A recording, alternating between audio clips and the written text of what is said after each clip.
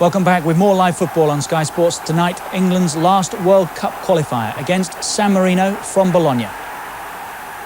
Let's just check the odds. Well, as you'd expect, England comfortably odds on. San Marino 50-1, 11-2 the draw. You need to qualify for the finals, 10-1 now. To win it, the World Cup, 100-1. Poland to beat Holland tonight, 100-30. Poland to beat Holland 1-0, 8-1. And that's what we need, as well as, of course, 7 goals. We're in the company tonight of Terry Butcher and Peter Shilton. We also have Peter Beardsley and Howard Wilkinson with us. And we've been talking about Graham Taylor all night. Let's hear from him. Graham, after all the build-up, are you almost relieved that kick-off is now near? Well, I think it's important, isn't it, for all of us to get this game over, and then everybody will know exactly where we stand. In the build-up to this one, have you approached it any differently because you know exactly what has to be done? Well, I think the point is it's been very clear in the players' minds since the Holland game that we have to find at least a 7-goal victory and then keep our fingers crossed for the Poland result. So we've always known what we've got to do.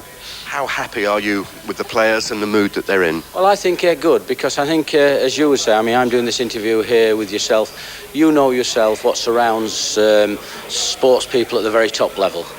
And here we are in a position that's not the best of positions, so there's been a great deal of understandably sort of negative atmosphere and around, and there's the criticism that surrounds everything. That's not always easy for people to sort of cope with, and I think these players are handling the situation very well.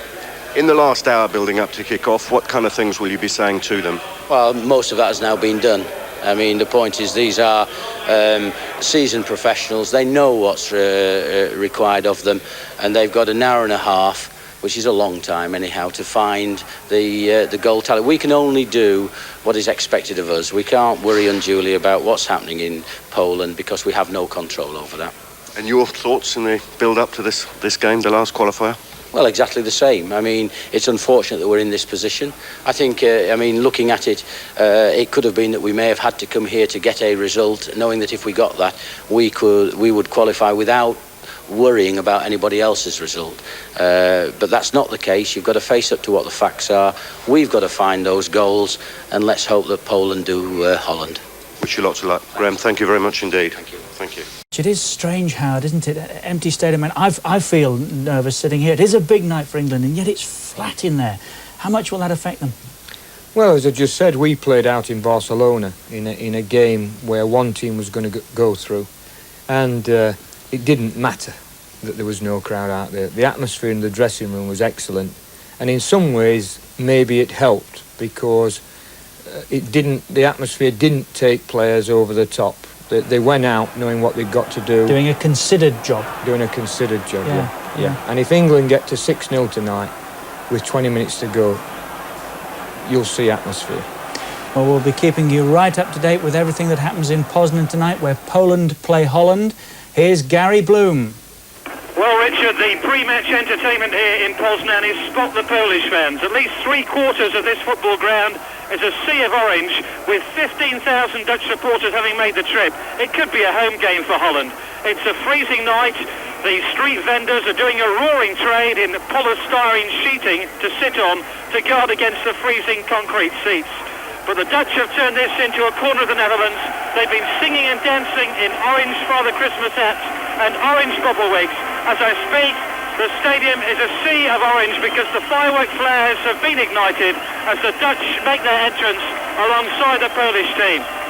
Christmas could welcome early for these Dutch fans if they qualify for the World Cup. Well, contrary to reports, there are 5 overseas players in the Polish team, which is captained by Everton's Robert Wajcika. The Dutch, who are without the suspended Frank Rijkaard, otherwise at full strength. We'll bring you live updates of any goals from Poznan as they happen here on Sky Sports. Now back to Richard Keys in London. Gary, thank you. Having said the atmosphere here, Peter Beardsley, won't matter. It would be nice to have the sort of support along that the Dutch have got tonight. That would help, wouldn't it? Yeah, definitely. I mean, I was telling Peter now when we played the Dutch in the World Cup in Italy, I mean, the amazing support they had, you know, like you were saying about the Sea of Orange there, they are incredible supporters. Maybe caused it trouble a few times, but the noise they make is special, and obviously that's in their favour tonight. Malcolm McDonald there, Peter Shilton, you played in that 5-0, of course, didn't you? At a time when it was possible to beat nations like that comfortably. Has it changed, and are San Marino going to make this difficult tonight? Well, I certainly think it's got a little bit more difficult, but there's not many San Marinos around, and obviously Holland scored 7 against them, so I suppose you've got to say that we're capable of doing it. But teams are getting more professional, they're better coached, and obviously the gap's narrowing, but San Marino are slightly out of that league. I noticed a line from Ronald Koeman this week, Terry, that he said that he felt that England would find it easier to score goals tonight than they did at Wembley. Would you agree with that? Well, possibly, but seeing the players come out now, they seem very relaxed, and I'm sure they're all looking forward to it. I mean, for quite a few, it could be their last game for the country or last game in a World Cup, so I'm sure they'll be giving it all they can, but it all depends. The first 10 or 15 minutes are very vital, I think, in a game like this, and they've got to set the stall out early, be positive, get stuck in, and make some chances early on. Well, we're live, as you can see, in Bologna. This is strange, Howard, isn't it? You expect something to be happening at this stage in the game, but there's nothing there, is there? No atmosphere at all. No, but as I say, I think the players know what they've got to do. I think, like Terry, that there's no way. I mean, in games like this, as a coach and a manager, you actually sometimes think, well, maybe I should shout on there to give the ball to the opposition and say to them, go on, do something so we can get at you. So I think England are going to have a lot of the ball, and I do think it's going to be important in the end that people like Tony Adams, gets in the memory bank and remembers just how good he was 3 or 4 years ago on corners and free kicks, and that Ferdinand does win a lot of stuff in the air, because at times that's going to be the only place to pass it, when they do get up there and the box is filled, and you can't defend that space. And if you get lucky early on and one bounce is just right, Platt runs on to one, you're in. Let's just pause for a moment to listen to the national anthems.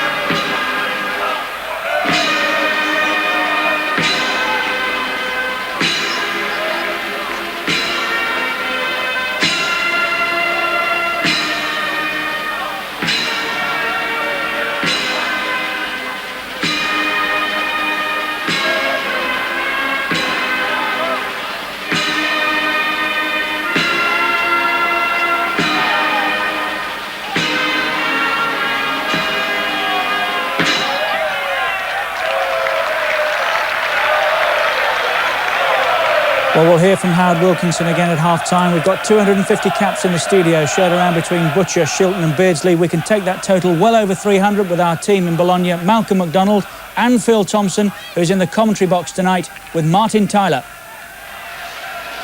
Hello, everyone. England will learn of their World Cup future and do as much as they can to influence it in a setting that's a reminder of one great high from a World Cup past. Belgium were beaten here in Bologna 3.5 years ago on a nail-biting night with an enthralling ending. Can history repeat itself? If this is Graham Taylor's final team selection, it is typical of his time in charge. Likely starters lost through injury. There have been plenty of those over the last couple of years. Paul Gascoigne, Tony Adams and Alan Shearer heading that particular list. Yet another right back tonight, the fourth in the last 4 internationals. Lee Dixon reclaiming the position. And the use of one particular player with the opposition in mind, Stuart Ripley, to raid down the right-hand side and supply the crosses for Les Ferdinand in particular. There's no more patriotic performer than Stuart Pearce, and his return will only add to the never-say-die attitude so necessary tonight. It's a 4-2-4 formation, which also includes Andy Sinton instead of Lee Sharp. Sinton's ability to cross the ball with both feet from the left-hand side, swaying the manager's thoughts to the versatile Sheffield Wednesday player. Whoever San Marino select, they are out of their depth at this level, with the exception of Massimo Bonini, who won so much with Juventus, but at 34 he's currently without a club and looking to a career in coaching. William Guerra returns to the defence after a 3-match ban. He was sent off in Holland in March.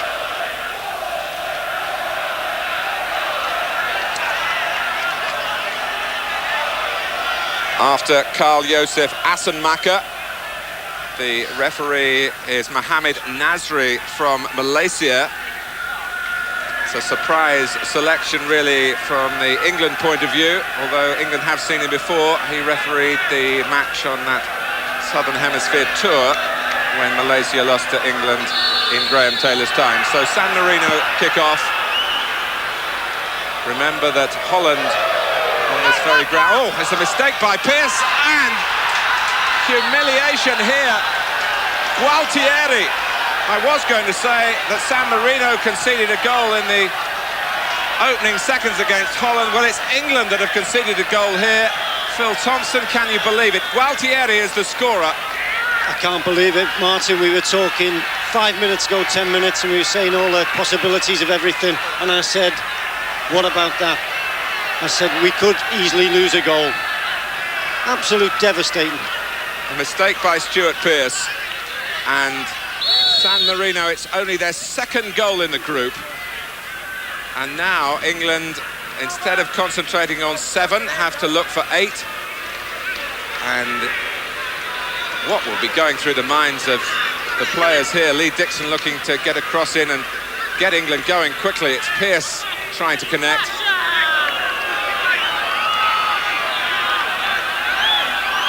Well, Graham Taylor must feel that whatever he does now is going to go wrong.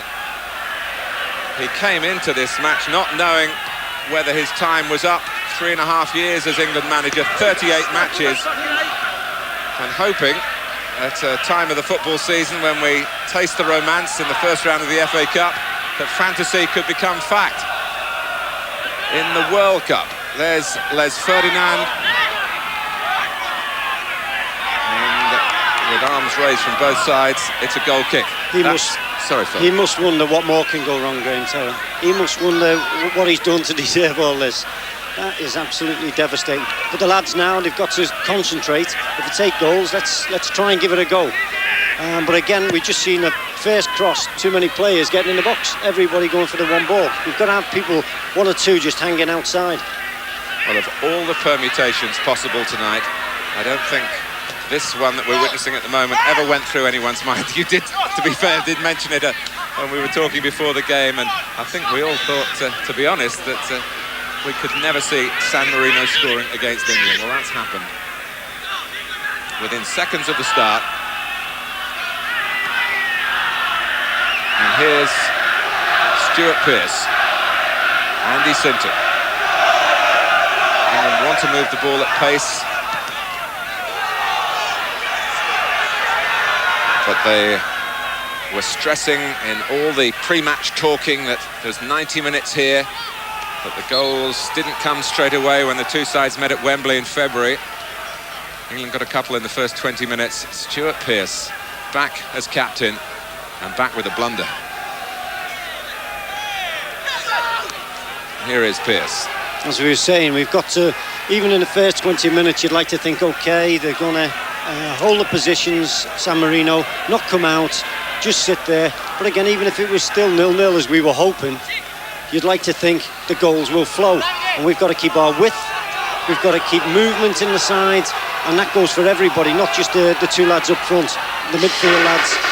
But Stuart Ripley and Andy Sinton have got to hold those wide positions just to drag defenders out of the middle. Sinton wearing number 10. Headed out by Canty, cleared by Bonini. Real old warrior of the Italian game in Serie A. England needs some warriors now of their own. Ian Wright, incidentally, for the first time in his England career, has been given the number 8, which, of course, is his club number with Arsenal. With that on his back, he scored so many goals in his domestic career. Just wonder whether that might turn the tide for him at international level.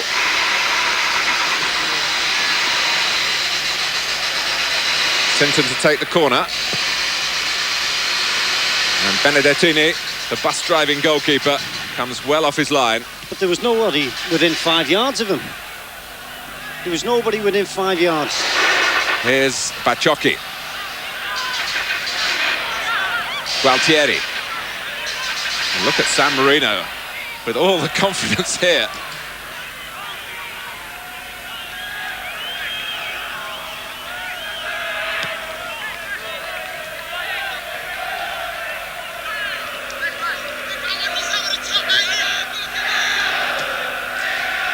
That's Ripley's ball. Right. Well, England a goal down in 9 seconds, and I don't think since England have been playing internationals there's ever been one scored as quickly. And certainly never one that's been scored so surprisingly.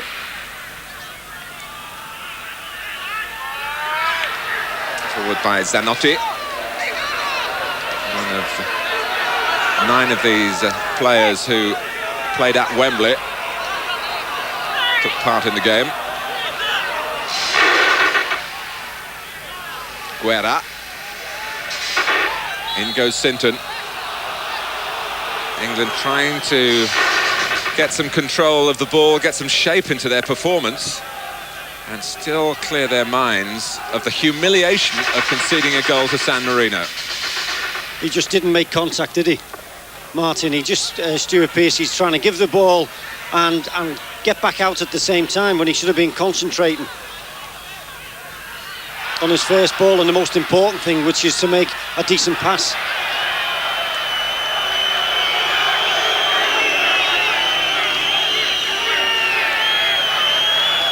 Well, the World Cup's most overworked goalkeeper, Benedettini, hasn't had too much to do so far, whereas David Seaman's picked the ball out of his net. Ripley. Trying to involve Ince. Cleared by the tall Della Valle. There's a lot of height in the San Marino side. Committed to a defensive formation. And Valentini, who is a full-time professional, he operates in what is the 4th division in Italy, and isn't even a starter in his team, Rimini.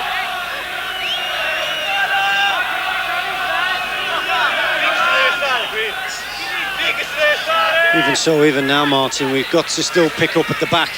We're so slack. It's as though, yeah, well, we're going to have most of the ball. They've still got to pick up. OK, they back off, but I think Des Walker and Gary Pallister have got to pick up when they do start coming out, which we're not doing. The Malaysian referee, Mohamed Nazri.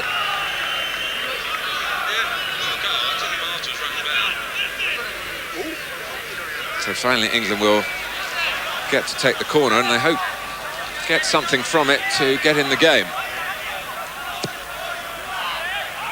Ferdinand, whose leaping ability is so prodigious that watching the England training yesterday, even his squad mates were applauding and wondering how he does it. Phil. The ball is a better ball. We know how high and well Les can jump. Let's get the ball in there. Let's let it just hang there. It was a marvellous leap, as we've seen in the Poland game. It was magnificent. And Manzaroli clattering into Andy Sinton.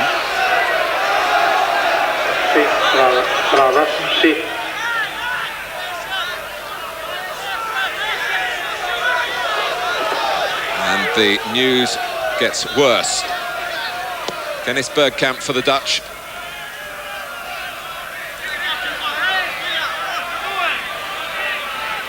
Ripley. Here's Dixon.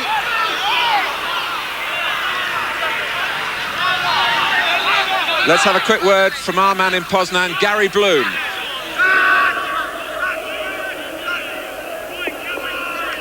Go, Gary.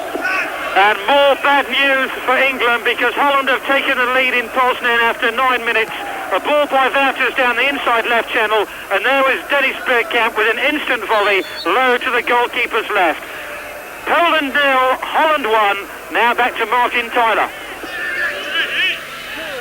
So 2 goals in the opening stages of the 2 games.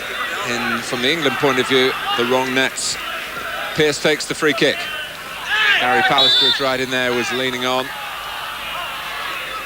William Guerra.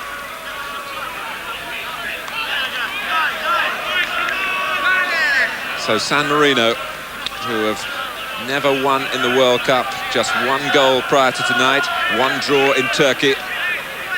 Conceded those 10 in Norway right at the outset of the group. 7 against Holland, and they lead England by 1-0. I'm sorry to keep repeating it, because I have to believe it.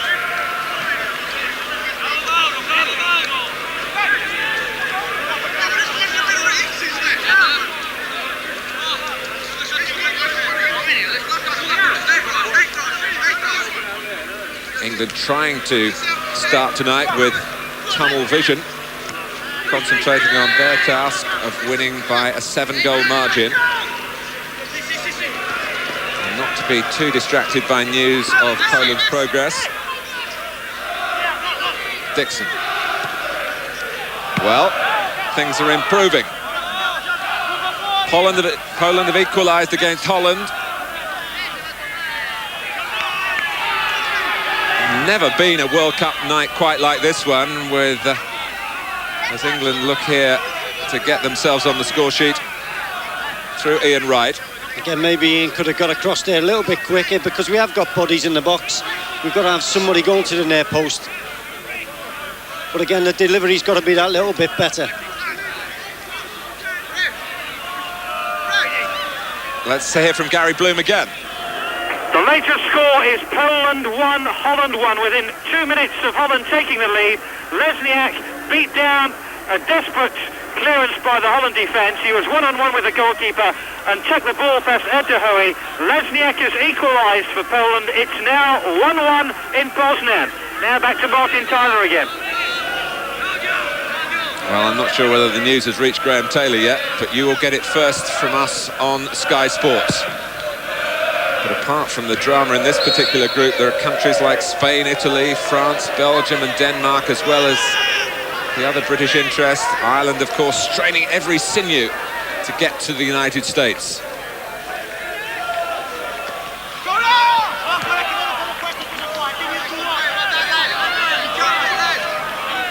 Just there, Martin, we've got a free kick, and straight away Andy Sinton and Stuart Ripley start moving into the middle.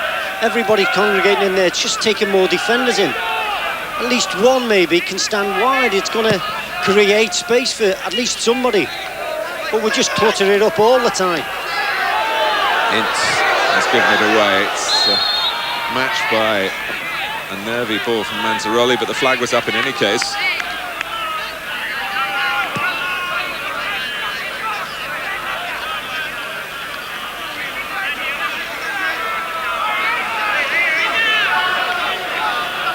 These type of situations have happened before. 10 years ago, Spain needed an 11-goal margin against Malta to reach the finals of the European Championship. They got it in a 12-1 win, and a side which lost out, Holland. Here's Dixon. See, there's no width. There's no width. Everybody's standing 10 yards inside.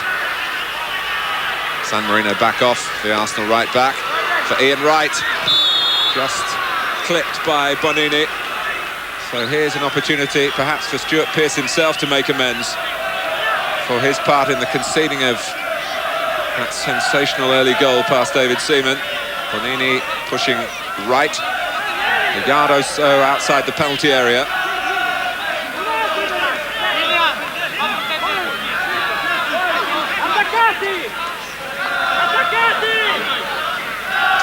San Marino set 5 in the wall. Stuart Pearce, who scored in his last 2 appearances for England.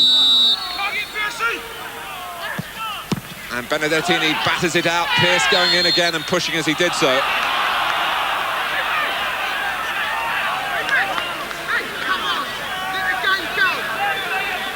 When Holland played here, Martin, they came and they got 2 men and he kept them wide all the time. They were basically hugging the touchline. Roy and Overmars, they just stood wide all the time. Well, Benedettini got into the line of the free kick and you just got a glimpse of the push by Pearce as the ball flew back out. Here's Pallister. With Poland having equalised in Poznan. Well, don't rule England out yet.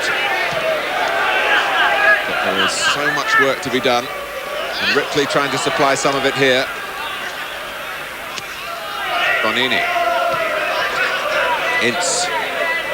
The expected siege towards the San Marino goal starting to take shape in terms of possession rather than the clear-cut opportunities so far.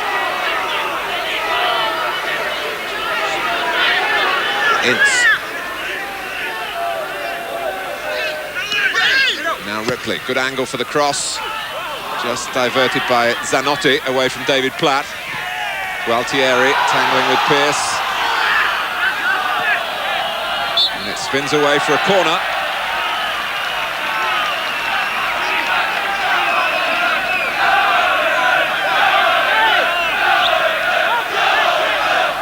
"15 minutes gone."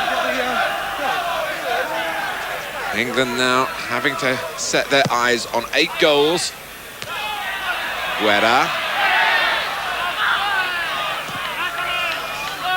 Well, even if it wasn't a goal kick, the linesman was flagging offside. It really is an eerie atmosphere here in Bologna. A delightfully built stadium, architecturally very eye-catching, but probably the smallest crowd ever to watch England in a World Cup tie. Around 500 fans officially coming with the Football Association, bolstered by some who've made their own way here. And all of them craving now something from the cross from Dixon.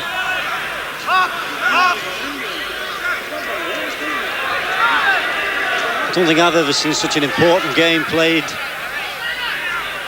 in a stadium like this. It's absolutely incredible.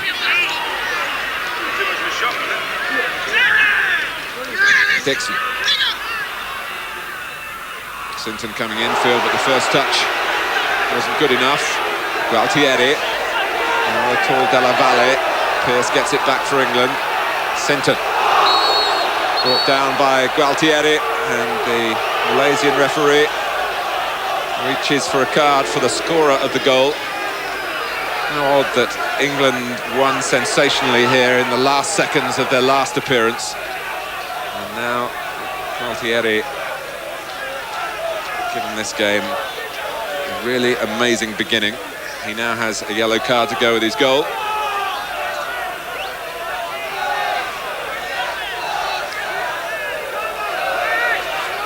And Ferdinand the main figure. But Pallister is there as well. And David Platt, who's excellent in the air and of course knows how to get goals against San Marino, 4 of them at Wembley. Ripley. Loops up off Gennari. What a miss kick by Valentini, and there was some mayhem in the middle there for San Marino. England camped rather by the far post. Ince has the shot, a flick from Ferdinand, and it spins the wrong side of the post.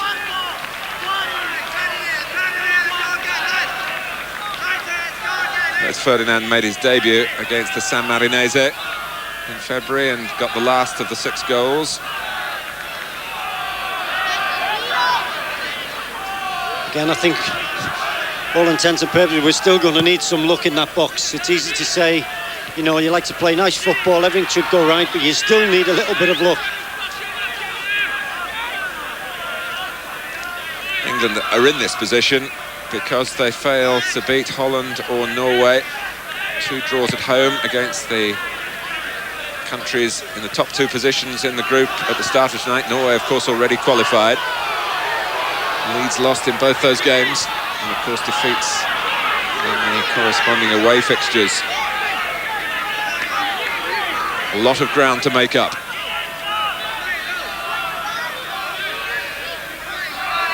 Just in case you're still in any doubt at all, England have to get 8 and Poland have to get at least 1. It's 1-1 in Poznan.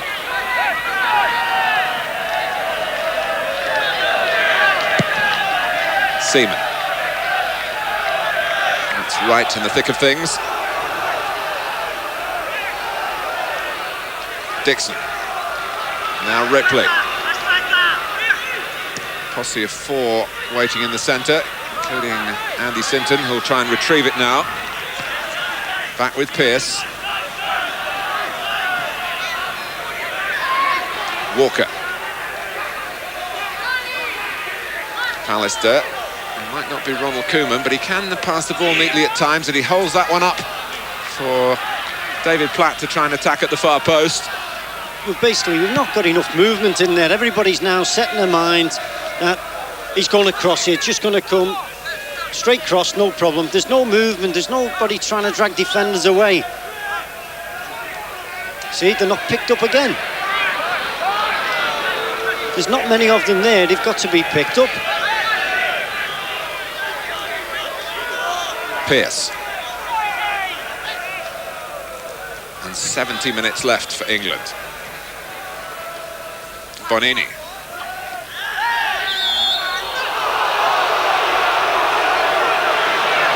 Graham Taylor obviously was inches penalised. Graham Taylor obviously went for Stuart Ripley for this particular game. I just wondered, Phil, whether there might have been a school of thought to bring in someone like Steve Bruce from the back, who regularly comes up and gets goals, in place of a more internationally established centre-back like Des Walker. Yeah, we could go and we could look at players for particular games. We should look at the likes of sort of, you know, Chris Waddle's been discarded and everything. He could have come in at certain times in games. He'd have been ideal for this sort of thing. Still, there is time. Graham Taylor said to his team, if you get the job done tonight, your 11 names will be committed to memory by every football fan in England. The side that really sorted it out when the going looked impossibly tough. Ince, there's one. Paul Ince with his first international goal.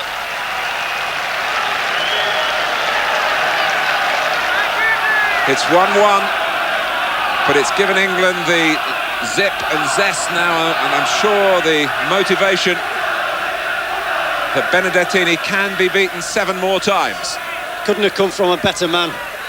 If anybody's going to show the way, it's going to be Ince. He deserves that goal the way he's played in the last 12 months. But again, we've got a lot more to do. And if I remember rightly, Benedettini, he was similar in that he got beat quite a few times, shots from that distance against Holland. So we've got to have more. That's our first shot from any sort of distance. Yes, Wim Jonk, the midfield player, picked up a couple of goals, didn't he, in the first half of that game, which was played in this stadium, and Holland won it 7-0. Benedettini's a better line player. Any shots, he was always struggling. Ripley.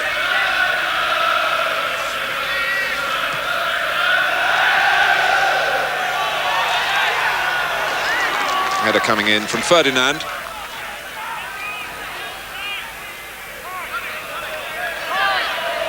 San Marino actually playing with 2 up, which I think is possibly the first time they've done that in the group.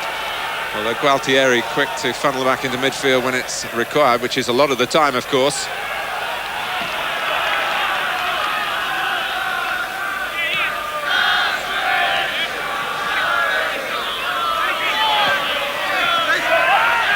This is David Platt.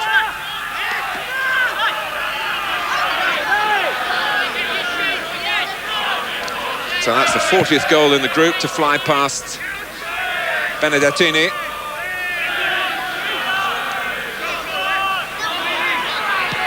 Guerra.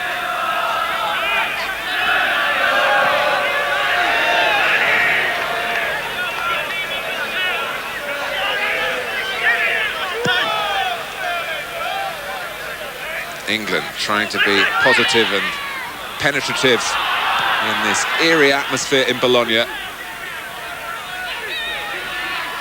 Bonini. We still haven't really seen England playing any fluent stuff at all. There's not been many passing movements. It seems as though they've got something in the mind where, well, we're going to get crosses in all the time. We've still got to try and play stuff to bring them out. It's got to be that little bit of movement.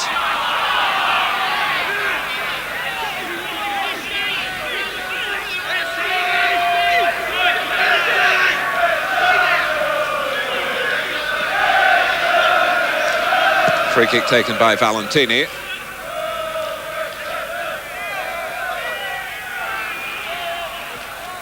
Here's Ferdinand.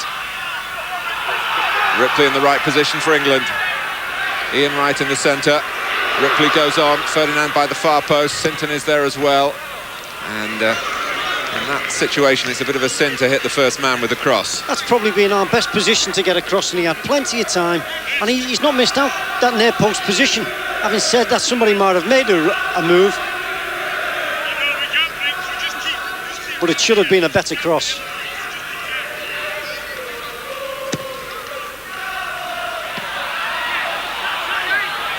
Not a corner to trouble San Marino. England hoping to do better with the second phase of possession.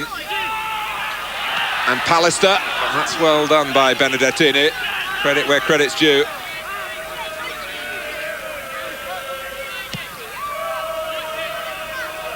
This tiny republic of San Marino with only a population of 23,000. We were trying to work out just about how many footballers that would give them to choose from, possibly at the most 1,000. They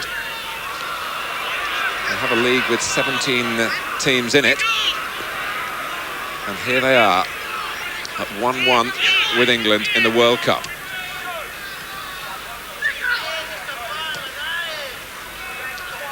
Bonini.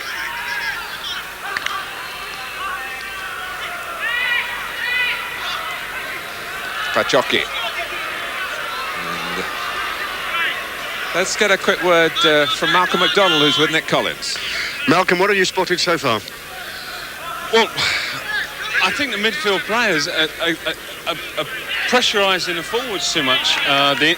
The England forwards, they're getting there far too early. We had an incident a while ago where Ripley's made a great run to the byline, and not only the forwards but the midfield players are actually in and stood waiting for the cross. They've got to have more patience. They've got to hold out. They've got to leave the space in front of the forwards so that they can be knocking the ball into them. And when the crosses are coming, I'd like to see Sinton stay much wider. At the moment, he's running out wide to receive the ball. Thanks, Malcolm. Here is Andy Sinton. Brush the fingertips of Benedettini. The England players thought, but the referee doesn't agree with that. Now that's a position there. Andy Sinton with his pace, he's onto the ball quick. He obviously knows he's got the beating of him. In that situation, he had like one-on-one. He could have tried to get into the box. It's nice to get crosses in all the time, but at that particular time, he could have easily have took him on. Dixon.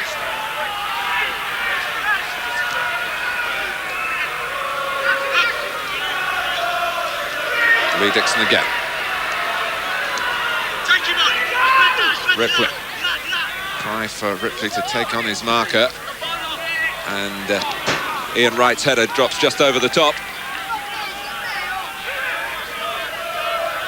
Graham Taylor's recent record doesn't stand too much scrutiny. Just 4 victories in the last 16 games, home and away to Turkey, home to San Marino, and that excellent 3-0 win against Poland at Wembley in September. It seemed to be getting the national team in the right groove for the challenge in Rotterdam.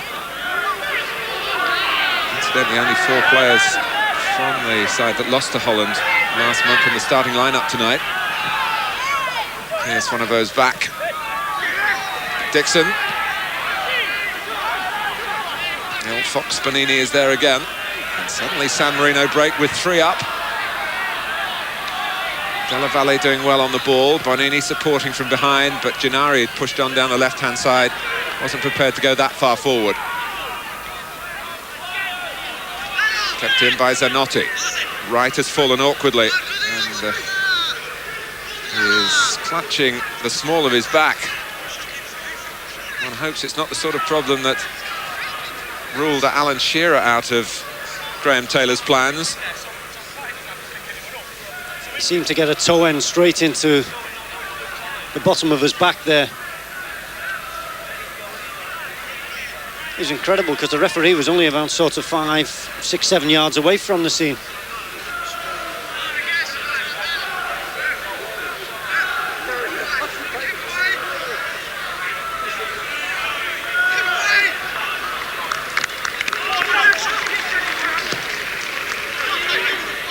Pallister. Really needs all the belief that England can muster, but they're still in the World Cup. And while there's still time, there's hope. There's about an hour to go. And San Marino are the sort of side that might ship 3 or 4 in quick succession, despite the resilience that they've shown so far. Resilience boosted by taking the lead against England after 9 seconds. Ferdinand. David Platt coming onto this one. Zanotti. Helped by Della Valle. There's Walker, one of those who played in Bologna in 1990.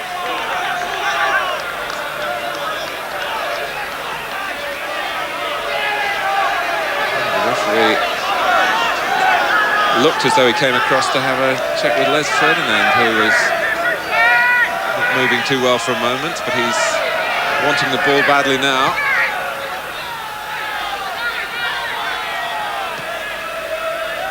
Ripley. Dixon. Right. Certainly a lot of onus on Wright and Ferdinand to make themselves available. Graham Taylor was saying yesterday he expects them to come off the pitch exhausted, meaning that they're not just going to stand in the penalty area and wait for crosses. Ferdinand flicks it on for Sinton. Pearce galloping up on the left. England flooding into the centre. Can Ripley reach it? He was beaten to it by the diving Gennari.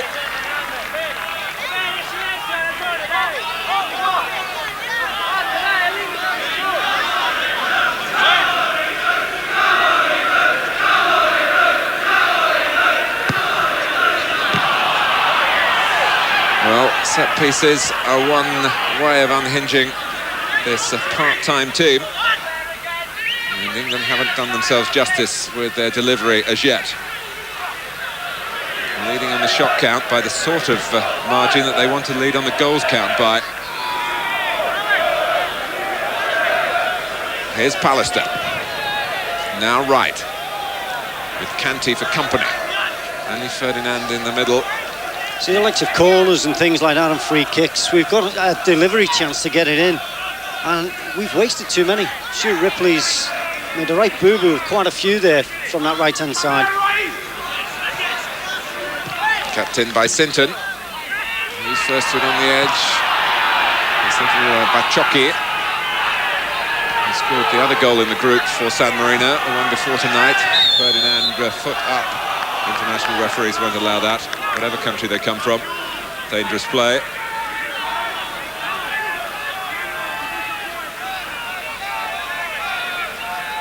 The burly figure of Guerra, well built to withstand that.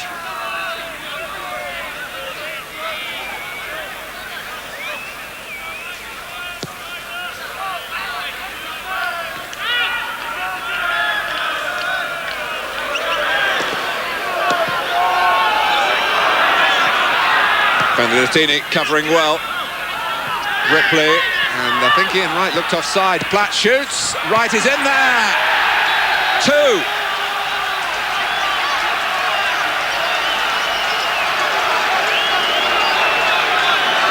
Ian Wright with that lucky number 8 on his back for the first time in an England shirt, gets his second international goal. I did feel he was in an offside position earlier in the move. The flag stayed down and he forced it over the line after Benedettini had just deflected Platt's first effort. Phil. Again, anything from sort of far out, you've got to sort of wonder about his eyesight, Benedettini. But it's a marvellous, just come at a nice time, and hopefully, as we said, we can open the floodgates. Ferdinand not quite able to climb high enough for that one. Just over 10 minutes to go to half-time.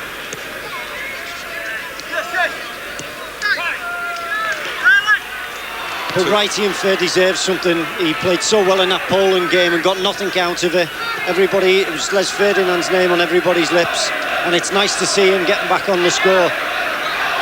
Because as you were saying before, so much is expected of them, movements and everything, running. We're going to have that much of the ball. At the end of the day, you want something from it, and it's nice. Hopefully the floodgates could open now. Dixon. Actually moving in case Benedettini fumbled that. 2-1 to England here. 1-1 between Poland and Holland in Poznan.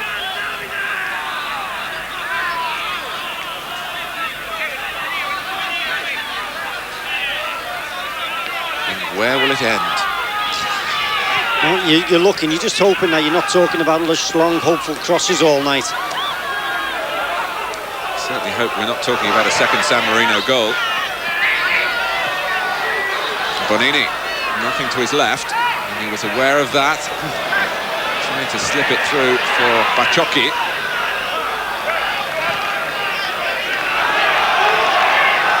Platt for Wright to chase. Benedettini has ventured forth outside his penalty area.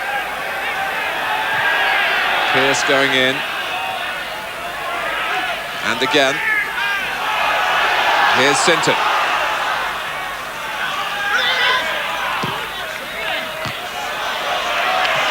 I'd like to see Andy Sinton and Stuart Ripley start trying to take on people, try and get in behind them.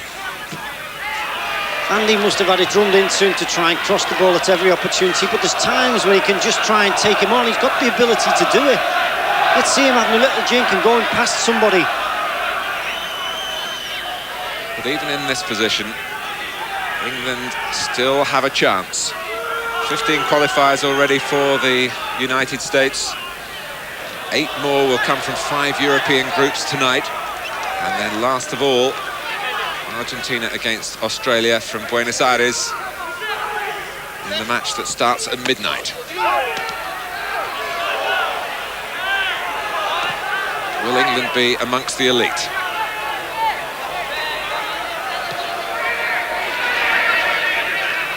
Dixon.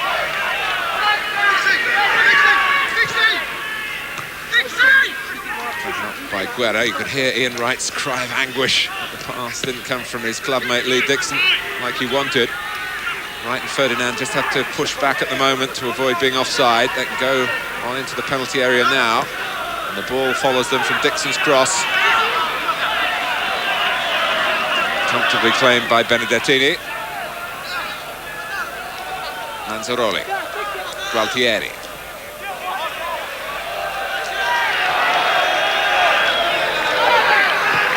Pallister, space for England to express themselves in midfield. Platt. Ooh. And it must be, it is 3, Ferdinand. Sloppy defending by San Marino, no surprise in that. And England getting into the groove now after the worst possible start. Simple one for Les, but like this goalkeeper, he must be one of the worst I've seen. We've allowed him to take too many crosses in there quite easily. I would like to see a bit more pressure put on him, because he is going to make mistakes all night. We can still do this.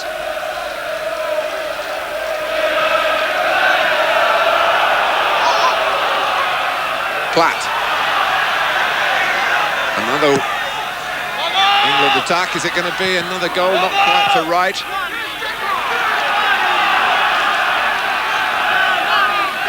The England supporters who were flattened at the start do feel that certainly the part that England can play themselves in the equation tonight is becoming more probable than it certainly looked after 9 seconds of the game.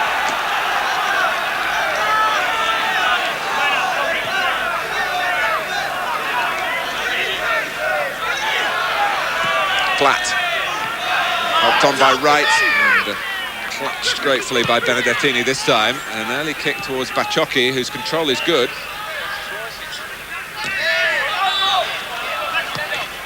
He held off Des Walker, of course, used to be based here in Italy. Pearce. Right, Sinton is there. England moving the ball around the pitch with greater precision now, with greater quality too. Ripley coming into the middle, which is why he's not beyond Ferdinand, but that should stay in. Back for Dixon. Sinton got his head to it. Oh, and Benedettini had luck on his side there. It was a terrific strike from Ian Wright. I shouldn't have opened my mouth, Martin. And I don't think he knew too much about it either. But as we said before the game, it might be 20 minutes before we scored our first goal. But we still got to keep plugging away, believe in what we've got to do, a bit of discipline, and have belief. Well, there's more and more of that now. 5 minutes to go to half-time.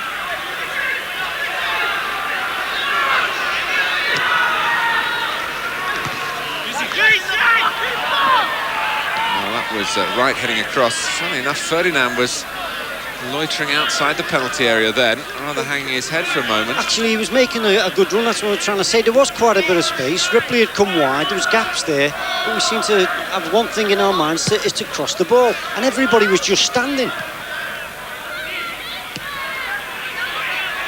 Ferdinand had made a good run into the little channels, and he should have been given the ball.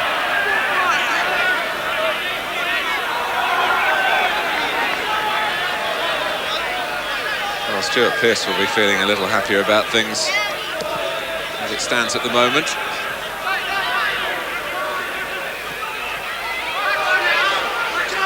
Survivor from the World Cup semi-final, and recognising that this will be his last chance to play in another World Cup and maybe have the opportunity to make amends for that penalty shootout failure against Germany.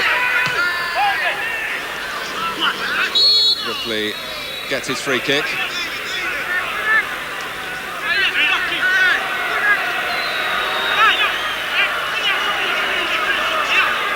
Here comes Pallister.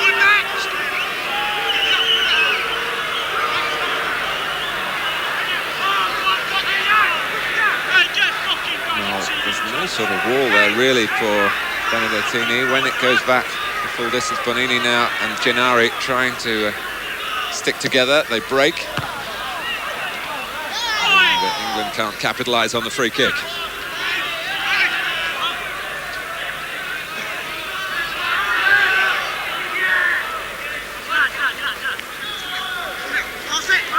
Ripley.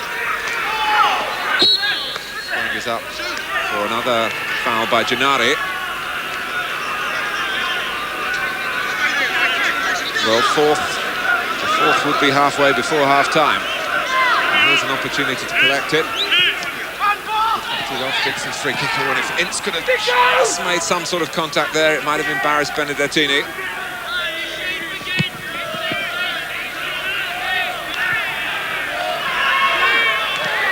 Flat. Ripley. Forced wide by the run of the ball. Ferdinand right in the centre. Sinton is there. Comes back for Ince. Guerra came out and got the block. Ripley.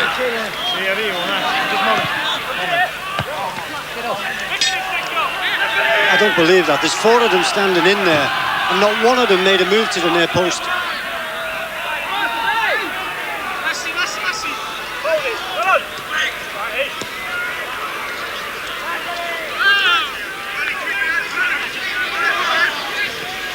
Here's Dixon. More movement in the middle now. Andy Sinton heads it back, and it was aimed for Platt sensibly. Zanotti diverting it for a corner. There's no wasting any time. Platt acting as ball boy. Sinton spotting the ball up quickly, right, hoping that maybe something will be flicked on towards him. But it's straight onto the head of William Guerra. Dixon.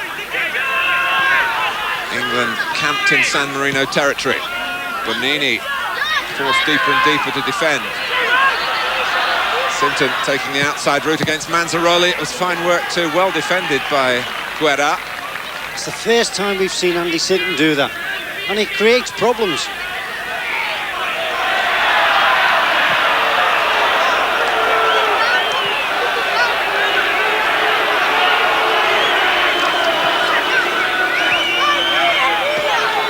Final minute of the first half.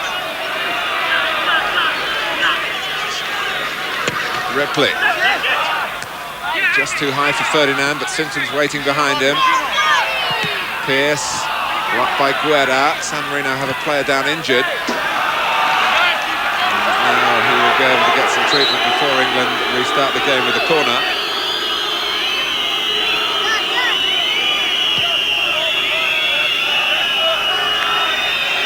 That's Gualtieri,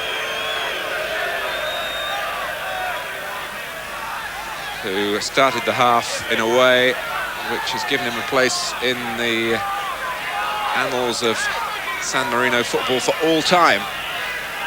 He's finishing it on a somewhat more painful note.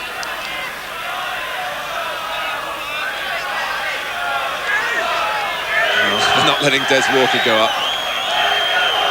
Everybody else, apart from David Seaman, though, waiting for the game to restart from a position close to the San Marino goal.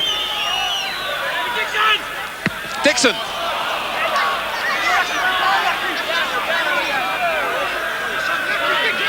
Well, Poland playing for their own pride, certainly not making it easy for Holland in Poznan. 1-1 at half-time there. Of course, if it stays that way, that's curtains for England, whatever happens here. And it's certainly close enough to remain fascinating for the second half of both games. Ince. Manzaroli putting Ince's relatively recently found self-control to the test. And he passed that test. Sinton claims for handball in there. The referee, who was well positioned looking along that line, says it's a corner. We need a decent ball in there now, Martin, just to hang it in there. It's right on half-time, they'll know that. Just hang one in there.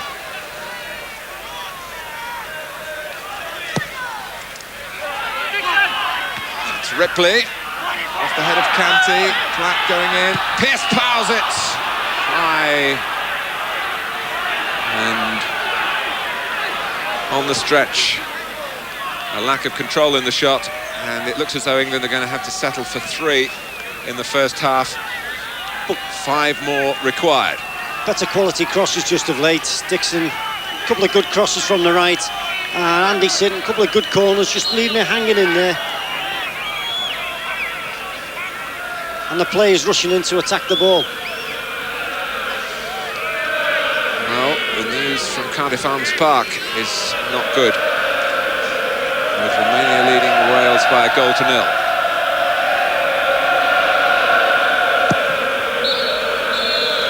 England could not have had a worse start here in Bologna, amazingly conceding a goal on a night when scoring goals was of paramount importance. A goal past David Seaman from Gualtieri after 9 seconds, and it took a while, understandably, for Graham Taylor's team to put it together after that. Paul Ince 1-1, Ian Wright 2-1, Les Ferdinand 3-1. Let's hope there are plenty more to come, at least 5 of them at half-time in Bologna. San Marino 1, England 3.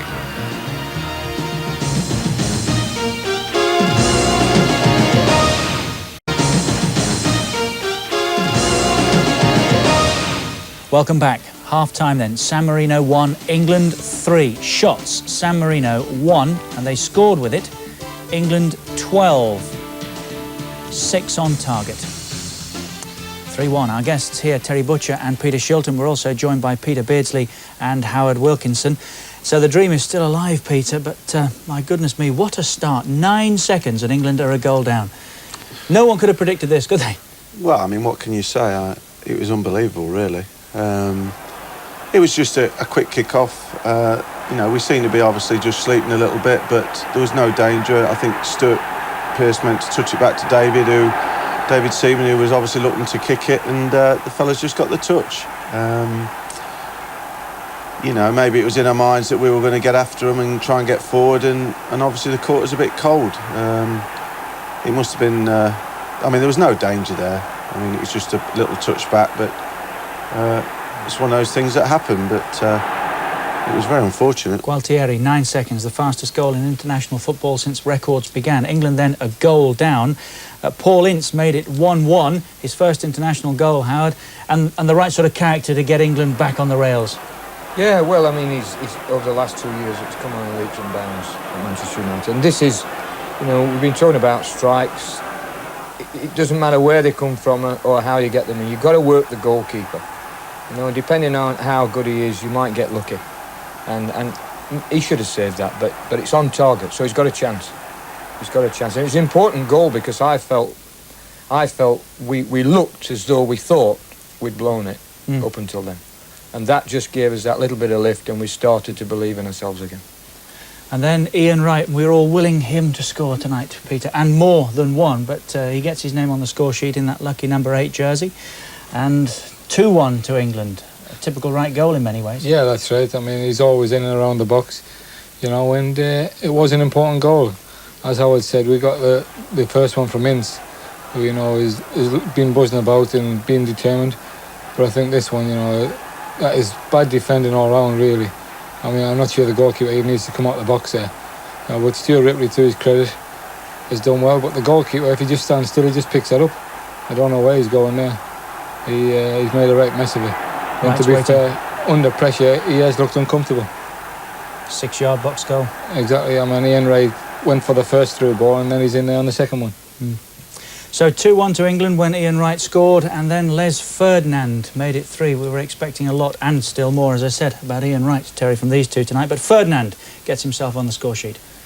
Yeah, I mean, the actual service hasn't been too good to him, really, and he has been well marked by the defenders. But in this opportunity, there's a bit of a hopeful ball in there. Wright backs off, hits the keeper's legs, and he's in the right place at the right time to put it in. I mean, that's a relatively easy challenge for him, but it was nice to see that one go in. Textbook finish past the keeper. He doesn't know where he was.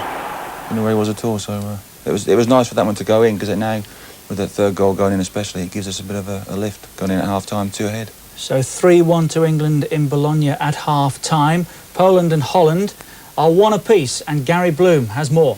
Yes, 1-1 at half-time. Dennis Bergkamp after 9 minutes, equaliser 3 minutes later through a horrific error by Ronald Koeman, who is usually such an immaculate passer of the ball, but he gave it away and Lesniak equalised.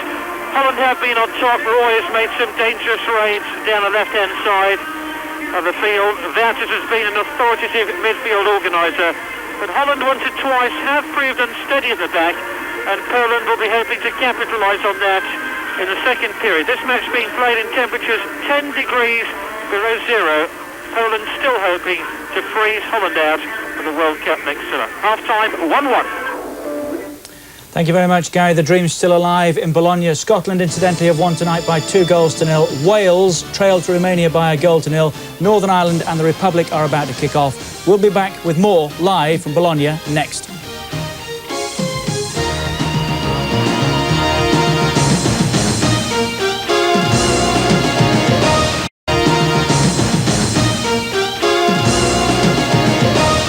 Welcome back. It's San Marino 1, England 3. Let's grab a quick word with Malcolm McDonald, who's with Nick Collins. Malcolm, how do you feel England are faring so far? Well, they pulled themselves back after the initial disaster quite well. and I think that they're showing more and more danger in and around the area. Ripley's getting in some good deep crosses. What I would like to see is Sinton on the other side not come in so early as he is doing. There's been 3 or 4 crosses that have evaded the 2 forwards, and then Sinton's having to backpedal to try and get his header back into the area. Whereas if he comes in much later, he's actually coming in on a volley, and he's got goal chances to be had there, and that means that he'll be stretching the back 4 and could be causing a lot of trouble. And if he's just got that little bit of patience to hold wide, I think that and it'll pull the whole of the defence of San Marino wide, and then also there's the spaces for the midfield players to get through, and Ince is making good runs forward as well. And I'm feeling, in a word, are England going to do it? I'm feeling quite confident that they can do it, as long as they don't start to rush. They've got to have a little bit of calm and tranquility about the way that they go forward in their play now. All right, Malcolm, thanks very much indeed. Thank you, Nick. Before we go, Howard Wilkinson, Poland 1, Holland 1, San Marino 1, England 3. It's still on, isn't it? Can England do this tonight? Yeah, I think they've got it. I would like to see the goalkeeper be given more work. And I think 2 things about our play. I think we've got to be brighter. I think when the ball goes out of play, when we get free kicks, when we get corners, it looks as though we're going to automatic pilot, you know. And I think the delivery from the wide positions has got to be better, and the people have got to gamble more in the box. Besides that, you know, as I said at 7:15, if we get Tony Adams up on set pieces, we've got a chance. And yet we haven't been finding anybody really from those set pieces, have we? The corners haven't been so good so far. Well, no, I think from that you deduce that we do seem under pressure, that we've started the game feeling the pressure. Stuart Pearce's mistake. I mean, it's a hell of a game for the young boy Ripley to come in at, you know, your first game, needing to score the goals that we've got to score. I think we can score them. I think the goalkeeper, given enough work, will concede goals. I think we've got to be bright and we've got to be smarter. So 3-1 at half-time to England. Let's rejoin our match commentators, Phil Thompson and Martin Tyler. Thank you, Richard. Well, against San Marino at Wembley in February, England scored 4 goals in the second half and had that David Platt penalty saved. 5 is the target now. 5, and there's hope. And come on, Poland, Phil. Yeah, I still think we've got a chance. I still think we've got to make sure that we do our end of the bargain. Let's just go and let's just try and get the goals, which is necessary, and keep our fingers crossed that Poland can do it. But again, it's the quality of crosses. I'll have to disagree with Malcolm, where, as he said, Stuart Ripley's given some good crosses. I'm not so quite sure about that. Here's Ferdinand. A sloppy start to the second half, but not quite as disastrous as the sloppy start to the first. San Marino scoring straight from the kickoff. All the words that have been written previewing this game, no one predicted that. It's 4, it's right second. Couldn't have asked for a better start.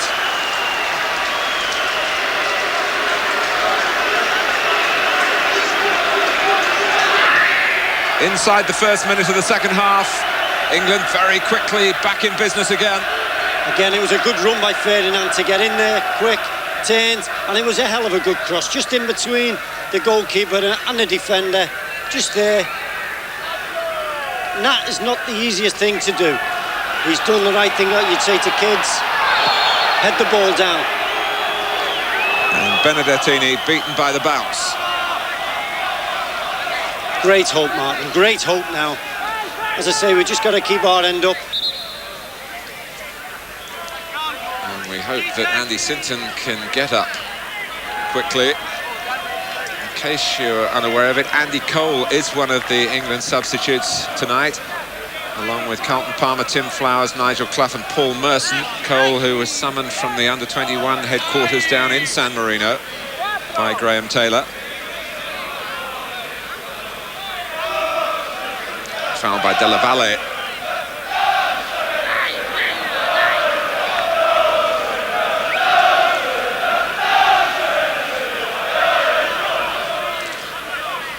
Norman Medhurst and Fred Street between them, checking out Sinton. But there's going to be a change for San Marino. Gobbi is coming on for Valentini, one defender for another. We've been looking forward to him coming on, Martin, with a name like I think here with this free kick, we've got to get somebody wide. A little bit of a tease and chip, I think, will cause all kinds of problems. 4-1 to England.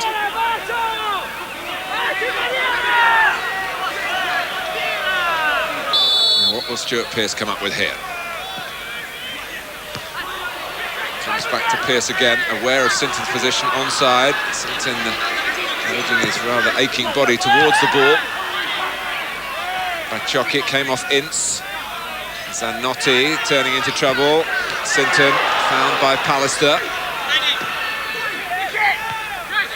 It drops for Ince, trying to release the ball quickly as he was challenged. Ince wins it back again with typical tenacity.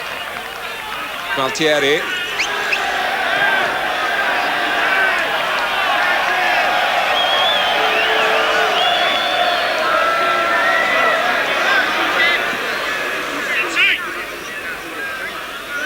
Travelling out here with England, there was obviously a certain amount of a subdued mood, but definitely talking to the players, the belief that they could get the amount of goals required in this game.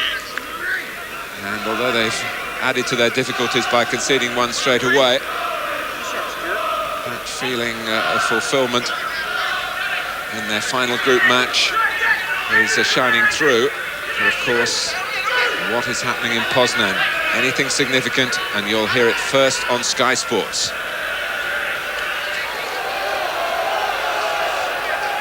Dixon. Guerra able to let it run. But there will be times of disappointment.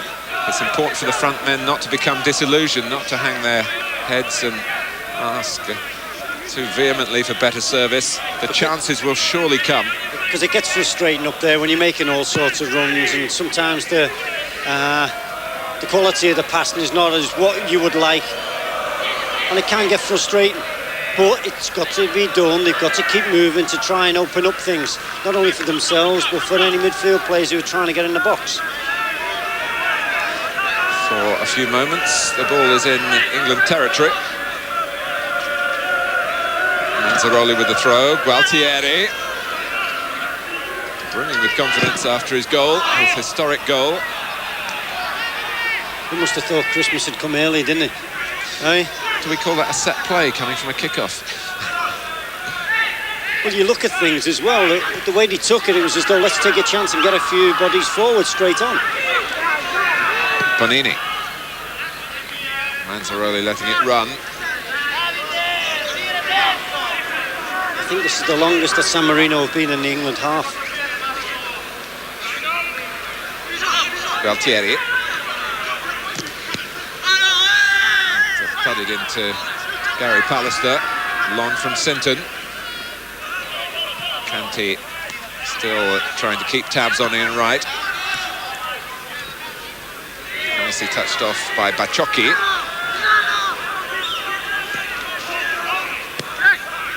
Gary Pallister, I don't think is fully fit. He was just labouring to cut that one out. He's been suffering with a calf strain. Dixon. Ripley. Dixon again for Ince. Platt, England concentrating their attentions at the moment down the right-hand side with a triangle involving Dixon again and Ripley. Three waiting in the middle.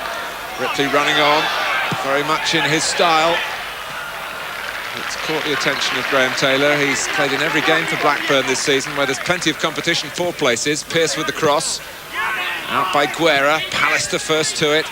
The deepest outfield player for England is Des Walker, who hoisted effectively into the danger area, but the flip went the wrong way for Platt, who was coming infield as we look from Ferdinand.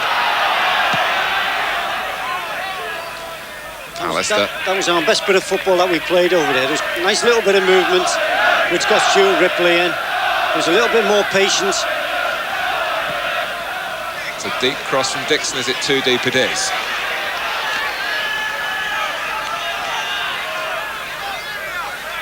Well, the United States qualify as hosts, Germany as holders, Colombia, Bolivia and Brazil are there from South America, Mexico from Central America, Nigeria, Cameroon and Morocco from Africa, Saudi Arabia and South Korea from Asia, from Europe, Norway, Sweden, Russia and Greece, and the rest will be known, well, within the hour, with the exception of Australia and Argentina, who play in Buenos Aires the midnight kickoff tonight.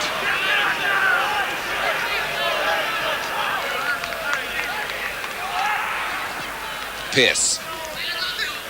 Here's Ferdinand. That was back on his heels. Bonini with quick thinking. And good ability on the ball. He's always a very fierce competitor with Juventus, in an excellent midfield, along with Michel Platini, of course, did a lot of the donkey work for the great Frenchman. And had some successes against English clubs, did Bonini. Pearce. Gualtieri working hard for San Marino. Helped on by Ferdinand.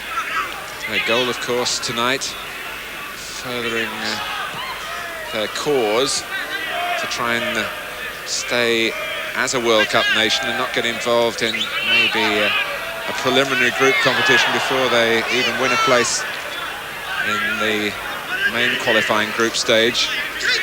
I think they certainly support the argument that they shouldn't be in from the outset. David Platt flying through the air and back trying to get a tackle in. Pallister. Now Dixon. Ripley ahead of him down the touchline. Coming for the ball to feet. Holland have taken the lead in Poznan for the second time this evening. Dennis Bergkamp with his second goal. A player who, of course, scored home and away against England. A corner for England here. It gets more and more uphill for Graham Taylor's team. Sinton takes it. Benedettini coming through the crowd. Ferdinand with another of those excessive leaps. And again, that's a devastating blow for Holland to score. But again, we've just got to do our thing. We've got to try and score the goals necessary. Benedettini knocks it out. Sinton calling for it. Might have taken it first time. Easy to say that from up here. Possibly wouldn't have had a sight of goal with so many players. A chance to hear the news from Poznan from Gary Bloom. Bad news, I'm afraid, for England, because Holland have swept into a 2-1 lead, and a second goal for Dennis Bergkamp, converting Brian Roy's left-wing cross. He was completely unmarked to sweep the ball in from about 5 or 6 yards. It's Poland 1, Holland 2. Back to Martin Tyler in Bologna. Thank you, Gary. Here it's San Marino 1, England 4. It might soon be 5, but for Benedettini's bravery there at the feet of Ferdinand. I think we just got to step up the game a little bit. It's just gone a little bit flat for us, Martin. We've got to just step it up that little bit more. More pressure. Gualtieri, Manzaroli.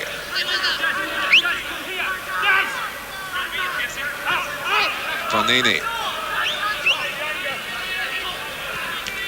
Della Valle, blocked by Ince. Well, there was no offside because the substitute Gobi was dropping back, not on the same wavelength at all as the players he's just joined. I think he got just a little bit of a bad bobble there, Paul Ince, just as he went to play it.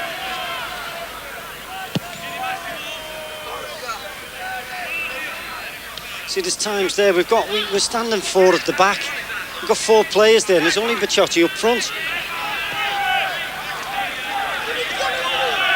Pearce.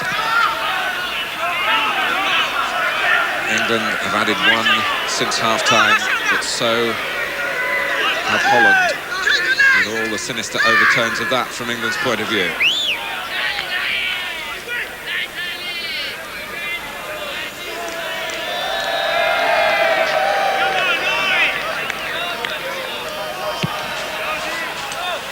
And whatever you might feel for Graham Taylor, the football manager, you certainly must feel for Graham Taylor, the man, in these circumstances. It's Actually, now San Marino head for David Seaman's goal again. Crowd trying to get behind England with Dixon. Long for Ripley, Guerra, the covering player at the back. And a confident covering player there. That was very neatly done. Bonini asking a lot of Della Valle. Prodded back to Pearce by Platt. Well, England not giving it up, either in that incident or in the context of the group. Yeah, we've just lost our way just a little bit. We're going to have maybe a little bit more movement. It's nice to see Paul Ince trying to chase the lost cause there.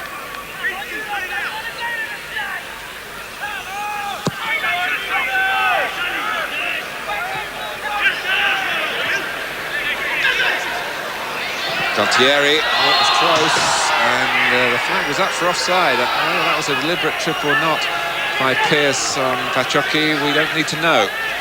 But what action the referee might have taken if there hadn't been a flag raised.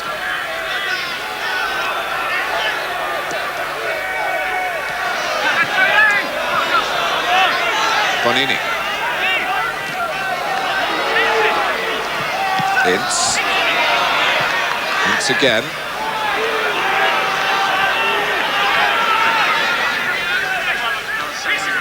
Now Pearce.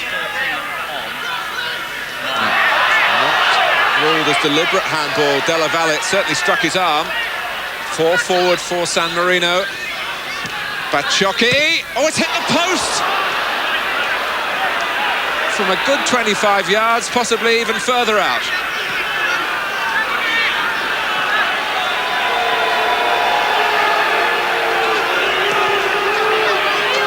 Gennari cutting it out from San Marino, enjoying themselves here. And really so unlucky not to have a second goal. He's hit it quite well, but we give the ball away too cheaply. Round about the halfway line. Across from Ripley. Oh, a good save from Wright as he looked for the hat-trick by Benedettini.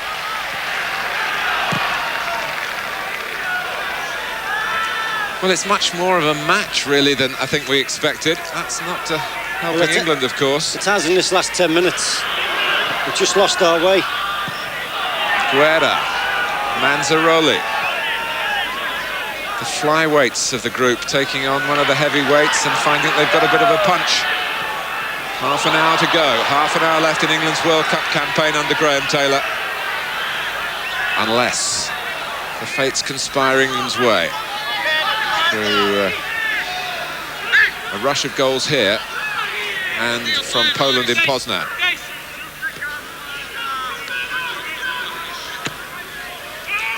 To remind you just again, England need to score 4 more to fulfill their half of the bargain. Ripley. Wright's gone offside, but Ripley's kept the ball, and Guerra is going to become the second Sammarinese to get the yellow card.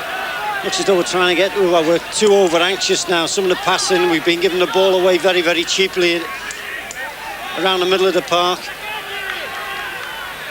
Maybe somebody's just got to sit on it a little bit, just control the play.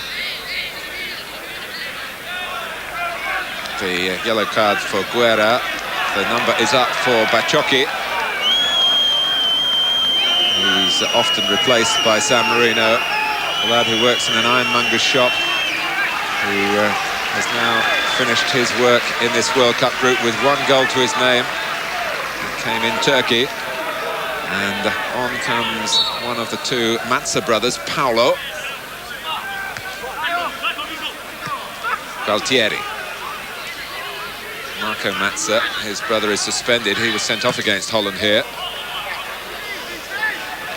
We've even stopped getting crosses in from any area now. It's been quite a while since we've had a cross of any sort. Let's hope they're not losing heart down there. They've just hit a spell where it's almost as if the players have heard the news about Dennis Bergkamp's second goal in Poland. They've got to be professional. They've got to do all they can within their power. And that's still plenty in truth. Ripley. Ince.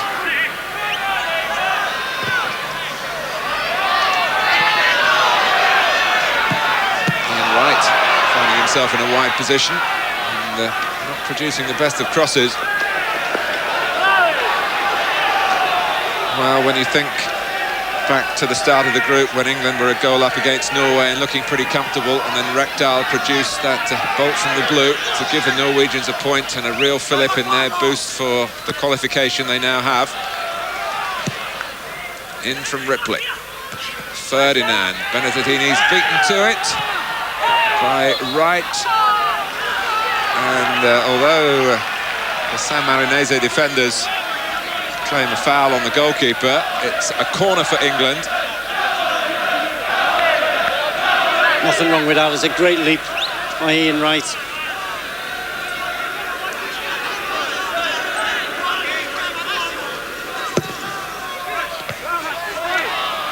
Bonini heading out the corner from Sinton. Pearce back towards Andy Sinton again. It's out of play.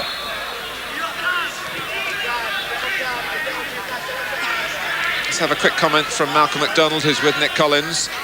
Malcolm, how are you assessing England's second half performance? Well, I think just the last few minutes, Nick, they're just gone off the ball a little bit, and the reason for that is that they're trying to do the impossible at times. Instead of having a little patience and playing the ball about on the safe passes, they're trying to knock the ball through gaps that just aren't there. OK, thank you, Malcolm. Ripley. Another corner for England.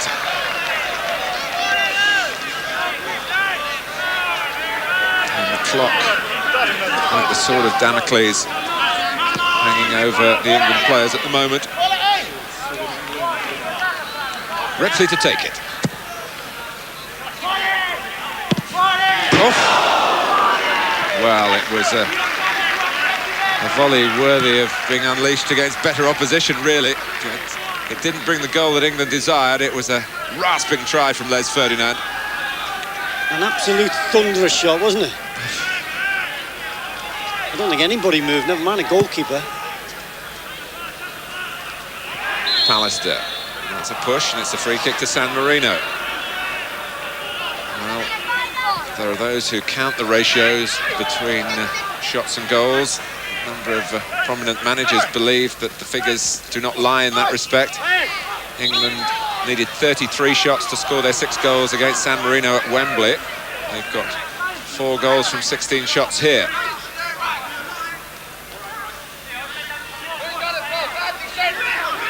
I think Gary Pallister is maybe struggling a little bit there, Martin. He's not looking too comfortable. It's not good news for Manchester United. Let's hope he's all right. Bonini with a San Marino corner. Oh, that's Pallister not bad. getting off the ground.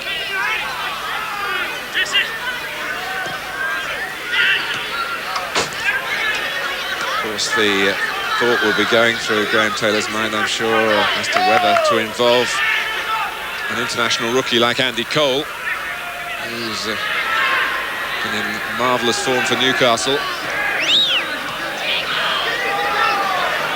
Dixon. Back from Ferdinand. Sometimes it could be a case of too many cooks spoiling the broth. If you get too many bodies in there, they get in each other's way. It's all about getting the balance right, and most importantly, the way England are playing, getting the ball in right from wide positions, from set pieces. Another opportunity here with an Andy Sinton corner. San Marino 1, England 4, Poland 1, Holland 2.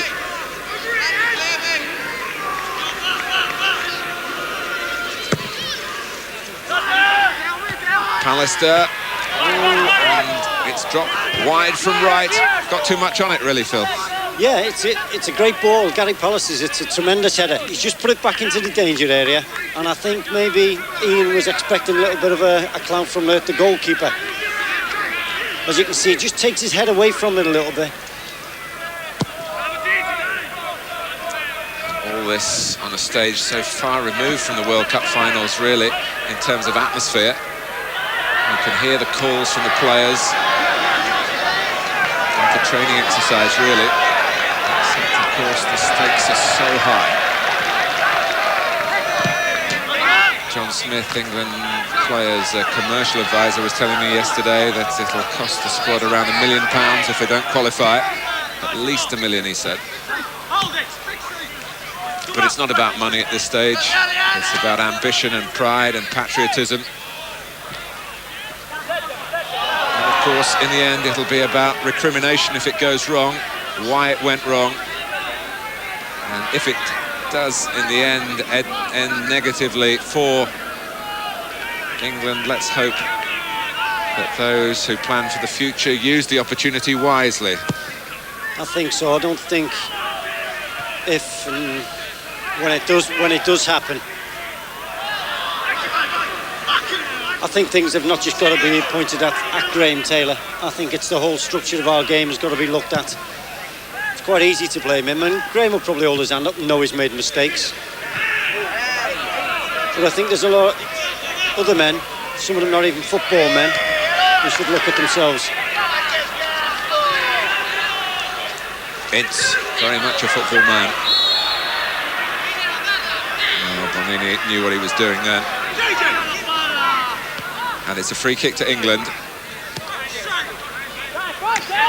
Shot not pass.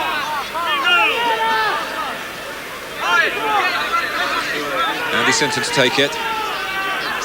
Just over 20 minutes left. At the very least, England have to double their tally. Oh, and a fine save from Platt, I think it was, who guided it on. Benedettini flipping it over the top. Well, Wales still in the frame and still fighting at Cardiff Arms Park. 1-1 against Romania. Hung up for Pallister to get two again, and so frustrating when those don't drop the right way. And then there's a foot raised by Ferdinand. Something he was never going to get away with.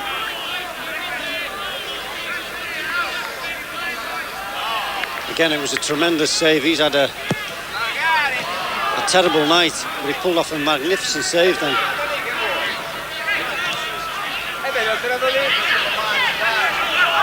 Manzaroli. Sinton smuggling it back England's way to Walker.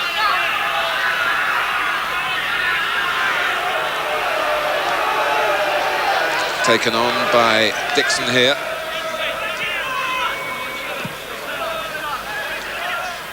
Manzaroli covering down the right-hand side as he's done throughout the evening. But it's Ince. Three in a line for England in the middle, and by being in a line, they weren't actually helping each other. Ripley, it was Canty who cut it out, back with Pallister, everyone but David Seaman in the San Marino half. And Ferdinand flying in, it's too high.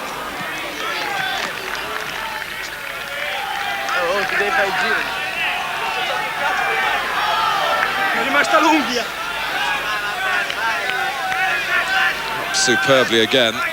One thing Graham Taylor hasn't had the best of luck with has been the availability of strikers. Alan Shearer, of course, has missed much of the World Cup group. There have been times when Wright's been injured. Ferdinand's pulled out of a couple of games this year. I know Shearer's been injured, but I'd have gone with these two anyway. Wright and Ferdinand after the great performance against Poland. Kalamatsa trying a little crafty ball there in behind Pallister, who saw it coming.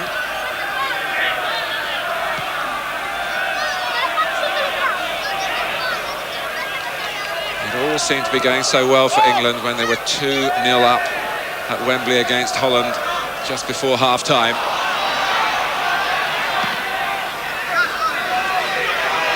Bonini.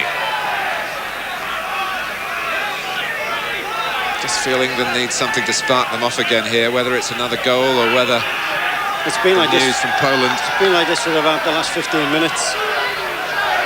I'm just lacking that little something in there. It's certainly not that.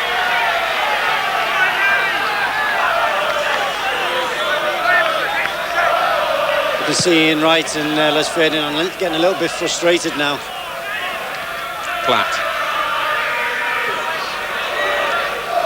Here's Dixon. 4 in a line forward for England. Reasonable amount of width. Ferdinand is pulled out, and Wright was the target of the pass. Phil, when England went out of the World Cup in '82, you were on the side that we only needed 2 to beat Spain, and it finished 0-0. And I can remember similar scenes of frustration like this. The ball kept going into the penalty area. It's a terrible thing to do when you know you've got to score a certain amount of goals or whatever. It's so difficult. You know, your mind's there. You know, you sometimes, as these lads have done, try and get the ball in too early. Try and rush things. Pallister. He's hitting that. Walker saying, I'll have this one. There's no offside, and this is Les Ferdinand. San Marino claiming handball. Still Ferdinand. And it is 5-1. Paul Ince gets his second. Again, as we said, we've just got to do our stuff. We can't do anything about the Holland-Poland game. We can't do anything about that at all. Let's just do our stuff here.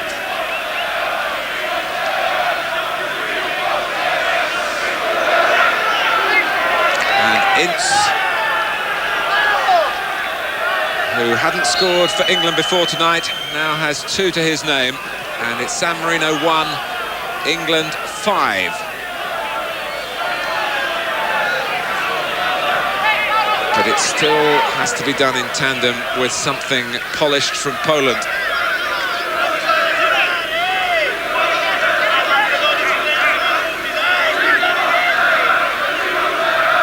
Three goals in 16 minutes required here for the team wearing red, as England, of course, did when they won the World Cup in 1966.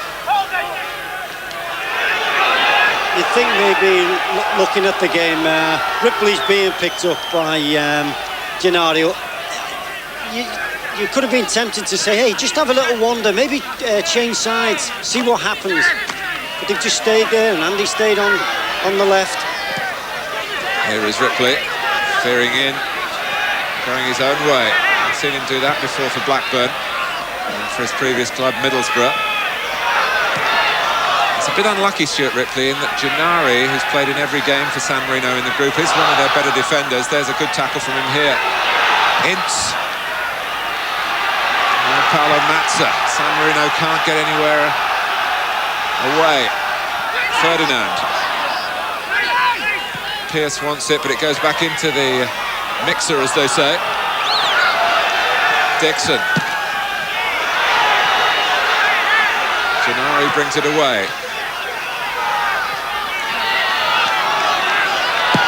Platt. Wales are in front.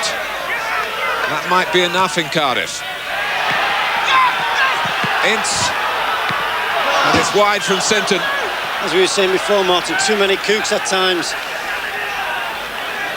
Nobody knew what was going on.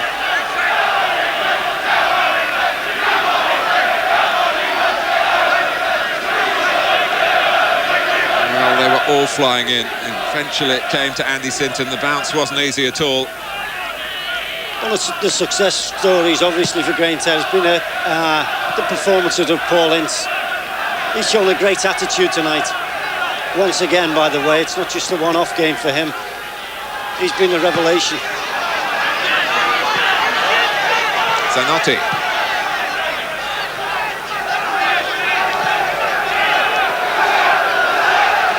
Well, that's a sad correction to have to give you. It's still 1-1 in Cardiff. Ferdinand. And the Malaysian referee, after some thought, points for a goal kick. Just for once there, Les seemed to get up a little bit too early. Cross committee seemed to be already up there, and it come off his shoulder, I think.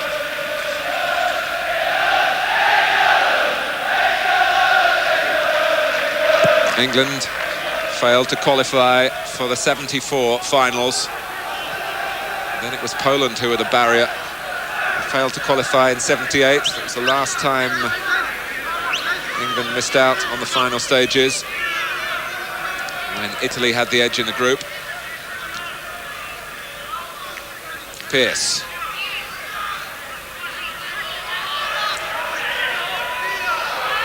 Thierry, and now Palamazza. Oh, Ferdinand. Foul by Coffey. It's very untidy and scrappy, and it's a weary England now as Palamazza tries to catch David Seaman off his line.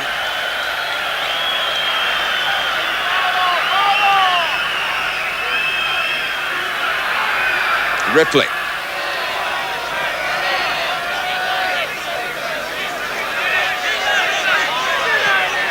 He seemed to have plenty of the ball, Stuart Ripley. Pallister. Wright. The hat-trick, it's given. Ian Wright, who's laboured long and hard and often in vain for international goals, is seeing some of his dreams come true here, but in what context? It's 6-1 to England, 3 of them to Wright. People have often, as critics have been there for England, saying, but he's worked tirelessly for England's cause, and he's getting his just desserts tonight. Maybe a little suspicion of offside, but again, he's concentrated, kept his eye on the ball. And as we said, these could still fold.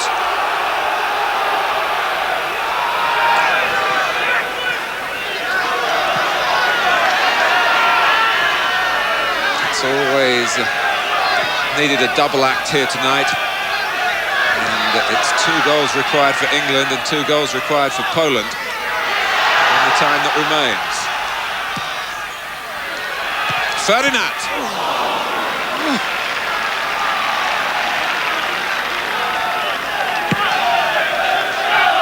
This seems to have kick-started our game again. And there's no surprise in that. Ince was also on a hat-trick, of course. Great friends, roommates Paul Ince and Ian Wright, been inseparable in the hotel over the past couple of days. And they've done all they can on a night when England needed a near miracle.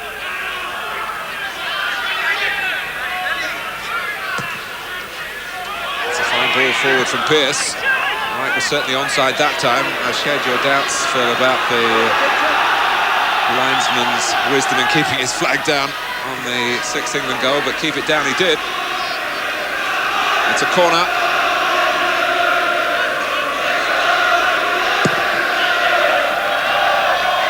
Pallister. Right, hoping to be able to swing a foot at that.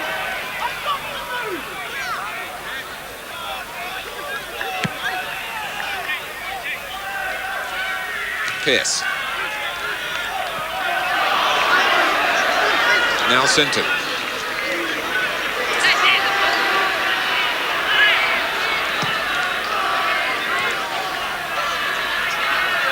won't do too much to ease the pain of failing to make the final 24 if it does happen for England.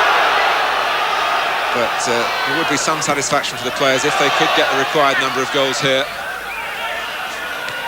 Which was all, in truth, they could ever do tonight, whichever way it happened. And Paul Ince, who has really grown up during the time of this World Cup campaign, and is now an outstanding international footballer. But how meaningful will be the internationals that he plays over the next couple of years? England, of course, automatically into the finals of the next major competition after the World Cup, the 1996 European Championships. Sinton feeling frustrated, wanting sterner action from the referee. I know David Platt has made a good captain when Stuart Pearce has not been playing, but the future England teams, yeah, I think Paul Ince, he's given a few of those decisions actually. Yes, it was a throw, not a free kick. It was a decision. That's why Sinton was annoyed. Pallister.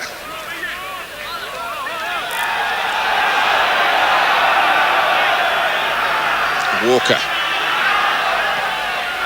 Plays it and moves on. Dixon. Out to Ripley again.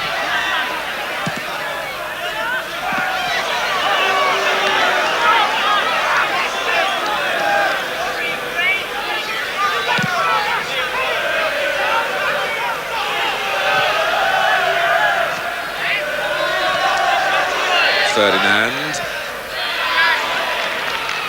Guerra getting the benefit of a perceived deflection off Les Ferdinand by the linesman. It's a throw to San Marino. 3 goals for Ian Wright. 2 for Paul Ince. And 1 for Les Ferdinand, the England scorers.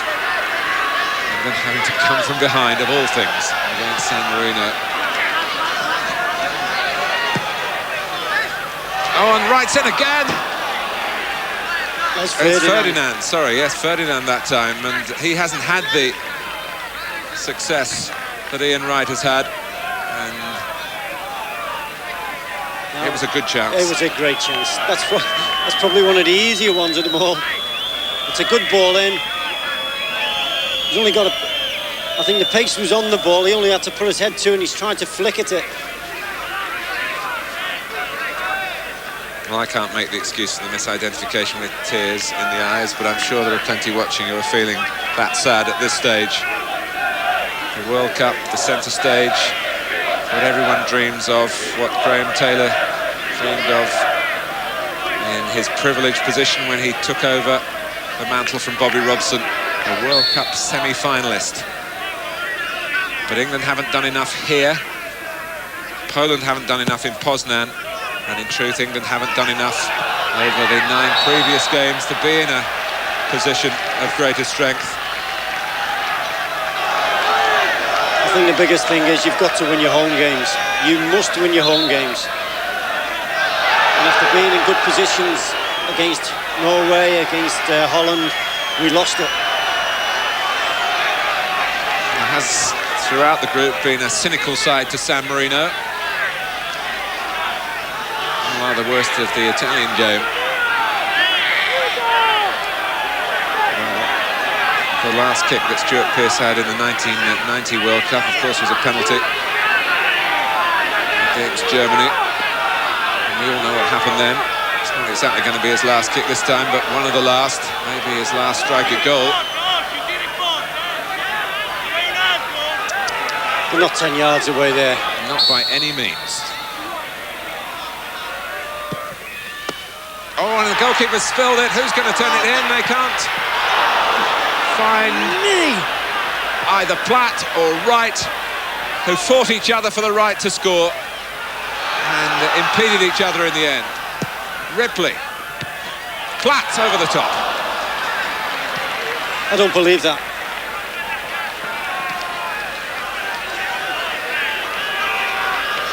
If ever a goal looked a certainty, but in the end, credit for Kanté, who was the saviour at the end of the scramble. And David Platt, who scored 4 times, of course, against San Marino at Wembley, hasn't scored at all tonight.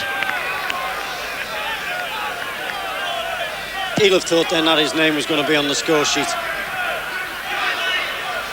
Ince, foot raised by Ferdinand.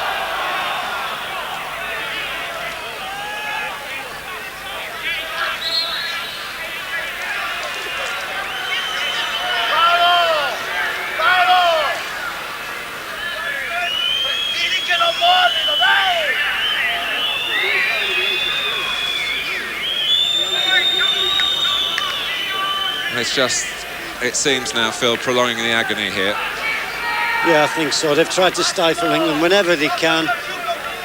But we've got to look at it now, and minutes are ticking away. You know, teams to go to the World Cup, the big stage, you look at it and you'd like to think teams who go there deserve to go there. And I don't think we've done enough. We've made mistakes. We've been punished for them.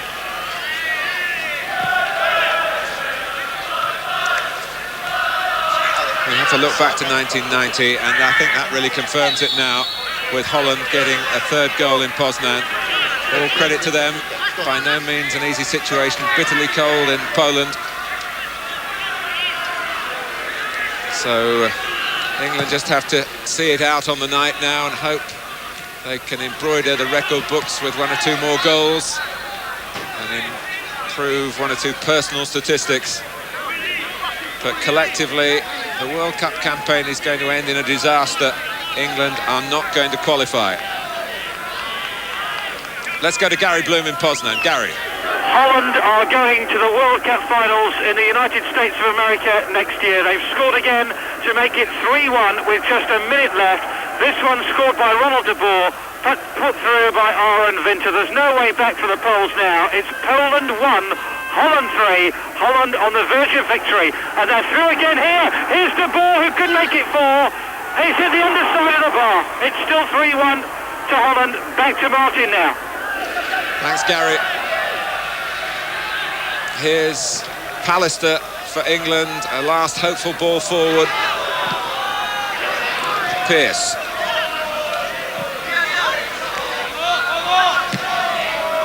Cleared by Bonini. Time ticking away, and we can do without that as well. You have to go back to 1990, and there weren't too many dissenting voices when Graham Taylor was given the job as manager of England. It hasn't worked out the way he wanted, the way the country hoped for. There's been no shortage of effort on the manager's part.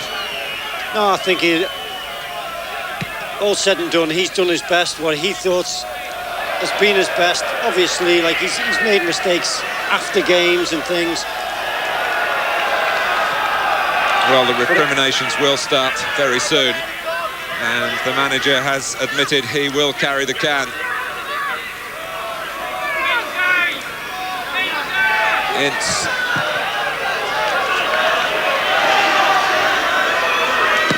Pearce with the cross. Paolo Mazza, Manzaroli. And you have to say now, it's no longer a question of whether there will be a new England manager. It's a question of when and who. Well, I would think so. We come back to it, we say he's done his best. Obviously, we need to change the direction, change of personnel. I think it's quite obvious. Let's be dignified about it. We've had a traumatic time in the World Cup, in the games. Let's be dignified. Let's not, I hope it not be done tomorrow straight away. Sit down. And I say it's not just Graham Taylor who's got to look at himself. I think there's quite a few other people. Well, the men who will be deliberating on the future of the England management, Sir Bert Millichip, Peter Swales, the chairman of the International Committee, who's not here tonight, we understand. And, of course, Graham Kelly.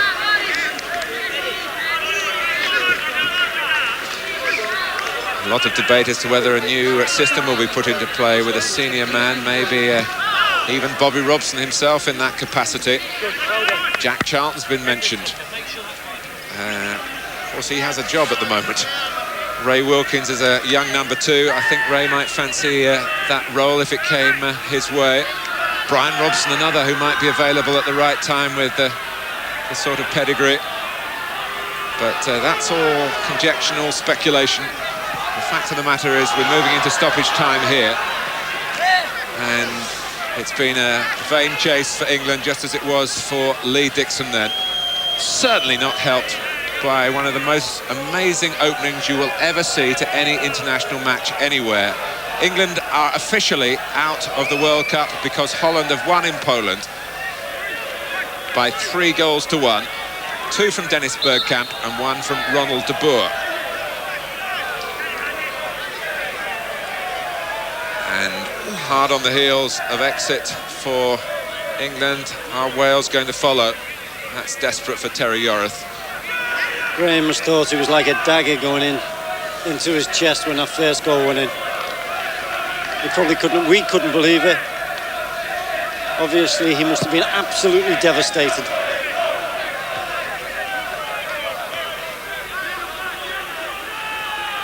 Mazza.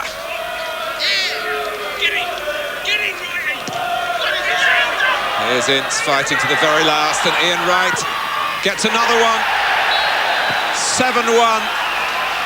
It's a final flurry when the die is already cast. And although Wright rushes back to restart the game, it's come too late because Holland are already home and dry. But here it's San Marino 1, England 7, and Ian Wright has 4 of those 7. And I bet he wished he'd worn the number 8 shirt a bit more often for England. His first time tonight, and it's, well, it's superstition, but footballers are full of that. And he's got 4 goals, and on England drive again, deep into stoppage time. At least we've kept going.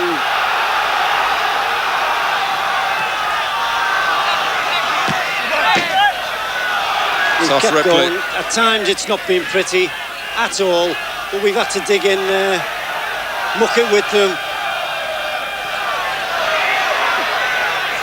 It's just very, very sad.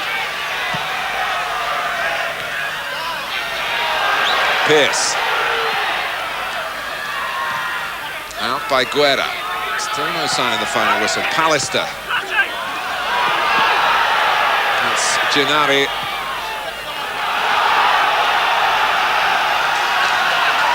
The crosses keep coming in. Platt. Remember, England's side of the equation was a 7-goal margin of victory.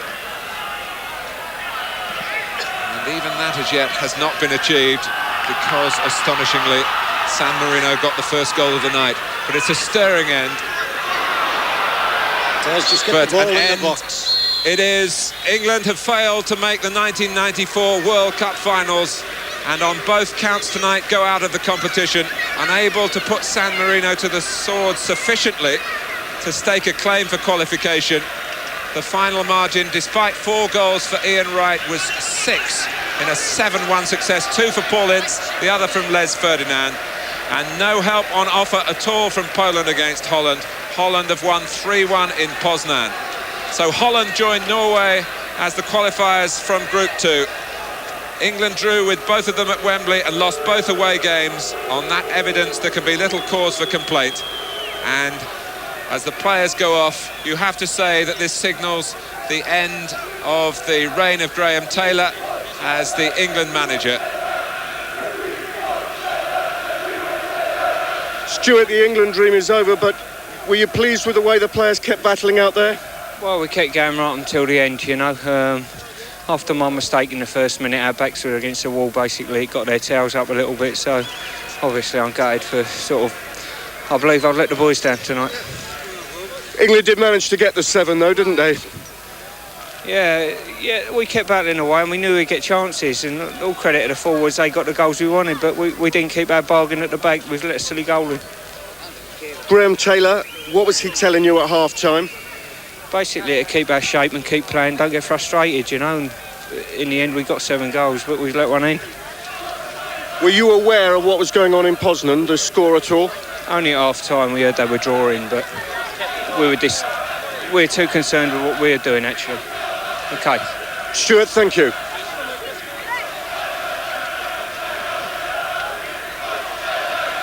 Well done, Stuart Pearce. You can understand him being emotional there, can't you? But my goodness, he didn't let the boys down tonight. 7-1 win, but of course, with the result in Poznan tonight, Holland winning 3-1, while England were going out anyway. The crowd there chanting, if you can hear, I don't know if you can, but I can, "We want Taylor out." I think inevitably that's going to happen now. Howard Wilkinson, how do you feel tonight? Actually, more disappointed than I ever imagined I would feel. Because undoubtedly, appearing in the World Cup is a big plus for English football. But, sitting here tonight, I didn't realise how interested I was in it, if you understand what I'm saying. As a fan, as opposed to a manager. So it's very disappointing. And on top of that, getting the Wales result coming in, it's just a very disappointing evening. Very disappointing, and that's a fan's point of view rather than a manager's, I think. Terry Butcher, how do you feel? Well, very disappointed. I mean, the 3 of us here have been to World Cups, and it's a great experience, and disappointed for the players who, they obviously gave their all tonight, and it just wasn't to be. But the damage was done early on in the competition, and I've been in a similar situation when we didn't qualify in Luxembourg when we beat Luxembourg, and obviously Denmark had gone through, and I mean, the dressing rooms look like a morgue. You just can't say anything, can't do anything, and at the end of the day, you just try and pick yourself up really and look forward to the game on Saturday. Stuart Pearce didn't let his teammates down tonight, Peter, did he? I don't think Stuart ever lets anybody down. Obviously, the first goal was down to him, I think. But you can't blame the performance or the result on Stuart. I think we did as much as we could tonight, but obviously, we left ourselves with too much to do. It's just very disappointing for everybody.